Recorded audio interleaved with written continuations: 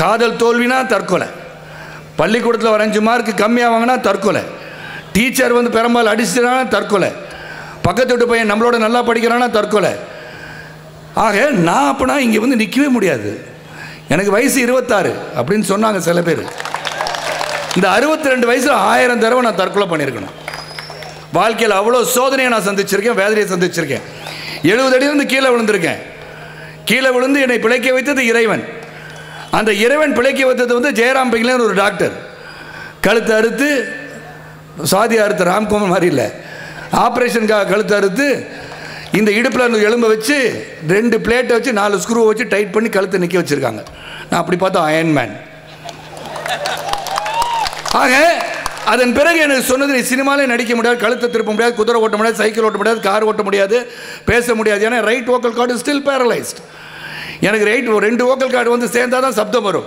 எனக்கு அபூர்வம் என்னன்னா லெஃப்ட் வோக்கல் கார்டு மட்டும்தான் வேலை செய்யும். இருந்தாலும் பேசுகிறேன். டாக்டர் சொன்னால் இங்கே ஓட்ட போட்டுருவோம் உனக்குனார். அது நடக்காது. என்னுடைய அன்பு சகோதரி என்னுடைய இருக்கும் போது நடக்கவே நடக்காது. நல்ல மைக் சிஸ்டம் கொடுப்பாங்க கணேஷ் ஆடியோவில், அதில் பேசும்போது குரல் வளம் கெட்டு போகாதுன்னு சொன்னேன். ஆக எதை சொல்கிறேன் என்று சொல்லும்போது, இந்த அழுத்தங்கள் நிறைந்த competitive world, we are facing a very highly competitive world. இன்னைக்கு ஒருவரும் முன்னேறுவதற்காக பாடுபட்டு கொண்டிருக்கிறார்கள். பெண்கள் வந்து they are emancipated, they are independent. அவங்க வந்து இன்னைக்கு வந்து நினைக்கலாம், நான் எதற்காக இது சண்டை போட்டு, நான் வீட்டில் ரொம்ப சண்டை போட்டுறேன் டக்குன்னு, உடனே அவங்க கிளம்பி போயிட்டான பிரச்சனை நமக்கு தான். எதுக்கு சொல்லணும்னா, அவங்க வந்து உங்களுக்கு நிகராக வந்து விட்டார்கள். அதில் வேதனை கொள்ளாதீர்கள். நீங்கள் வந்து சூரிய வம்சம் சரத்குமார் பாராட்டுங்க. உங்களுடைய மனைவியோ உங்களுடைய கேர்ள் ஃப்ரெண்டோ உங்களோட நல்லா படிக்கிறாங்கன்னா, நல்ல வேலையில் இருக்காங்கன்னா, உங்களோட அதிகமாக சம்பாதிக்கிறாங்கன்னா இன்னும் நிறையா சம்பாதிமா அப்படின்னு என்கரேஜ் பண்ணுங்க. உடனே ஆகா இவ சரி கிடையாது போட்டு தெளிக்கணும், என்ன பண்பாடு.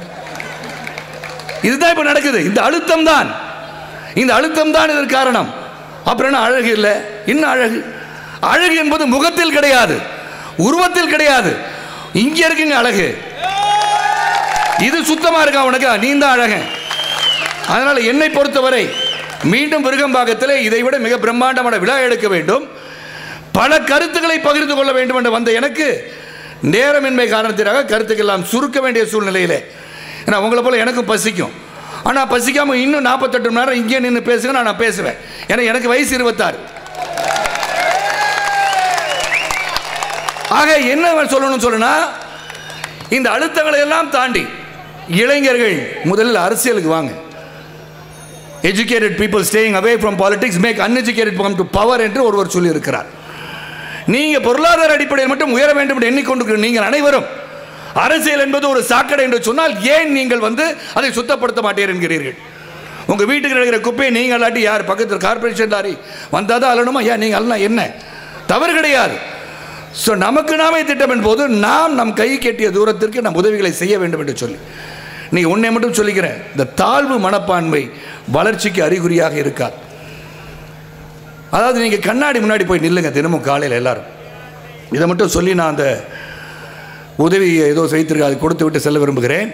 கண்ணாடி முன்னாடி போங்க. அந்த கருத்தை இப்போ பதிவு செஞ்சுட்டு வர எல்லாத்தையும் அந்த கண்ணாடியை பார்த்து காலையில் போங்க, நில்லுங்க, தைரியமாக போய் நில்லுங்க. அதை பார்த்து முதல்ல சிரிங்க, நல்ல ஒரு சிரிப்பு.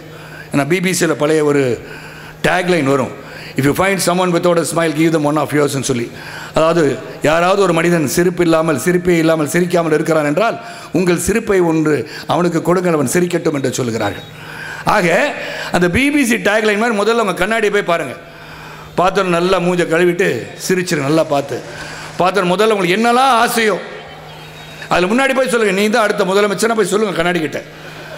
நான் தான் பேரழகன் சொல்லி பாருங்கள், நான் தான் அறிவாளி, என்னை விட அறிவாளி இந்த உலகத்திலே இருக்க முடியாது கண்ணாடிட்ட சொல்லுங்க.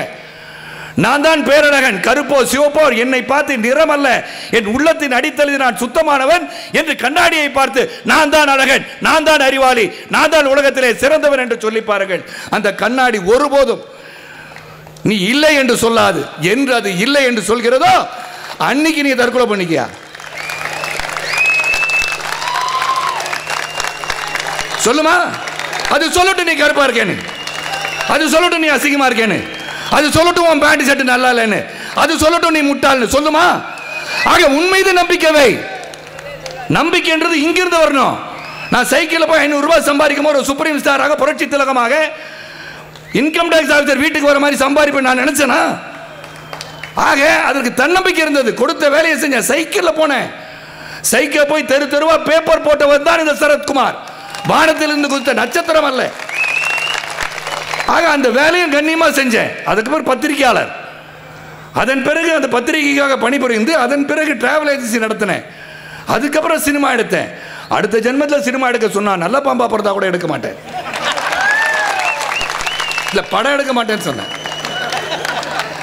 ஏன்னா இன்னைக்கு தொழில் அப்படி இருக்கு. ஏன்னா திருட்டு விசிடி படம் நாளைக்கு ரிலீஸ்ன்றான். ஆனா படம் இன்னைக்கு பார்த்துட்டேன்ன்றான். எப்படினா வந்துடுச்சுன்றான். உங்க வீட்டில் ஒரு நடிகனோ ஒரு நடிகையோ திருட்டு விசி நீங்க பார்க்கறது என்னைக்கு நிறுத்துறீங்களோ திருட்டு விசி தானாவே ஒழிச்சிடும். ஆக அதை கண்ட்ரோல் பண்ணணும்னு நம்ம கிட்ட தான் இருக்கு. ஆகவே தான் இந்த பகுதியில் இருக்கும்போது அந்த இதை சொன்னேன், உதாரணத்தை சொன்னேன். அடுத்த ஜென்மம் என்று இருக்கும்போது மீண்டும் நான் சரத்குமாரத்தான் பிறக்க வேண்டும். எனக்கு புஷ்பலீலா ராமநாதனுக்கு தான் மகனா பிறக்கணும்னா, என் தாய் தந்தையருக்கு தான் நான் மகனா, திரும்பி அவங்களே பிறக்கணும், அவங்களுக்கு தான் நான் மகனா பிறக்கணும், திருப்பி அவங்களால சேர்த்து திருப்பி சமத்துவ மக்களுக்கு ஆரம்பிச்சிடும். அப்ப சமத்துவ மக்கள் ஆரம்பிக்க வேண்டாம், அப்ப இருந்துகிட்டே இருக்கும். அப்படிப்பட்ட இயக்கமாக இருக்க வேண்டும். இது அன்பு பாசத்திற்கு கட்டுப்பட்ட ஒரு இயக்கம். அந்த ஜாதிய உணர்வு உள்ளத்தின் அடித்தளத்தில் அனைவருக்கும் இருக்க வேண்டும். இருக்கக்கூடாது என்று சொல்பவன் நான் அல்ல. பாலாய் போல் இந்த அரசியலுக்கு வந்த பிறகு இனி இந்த ஜாதி, நீ இந்த ஜாதி, நீ அந்த ஜாதி என்று ஒரு கூட்டுக்குள் அடைக்க பார்க்கிறார்கள். ஆம், நான் நாடாரிடத்தை சேர்ந்தவன் தான்.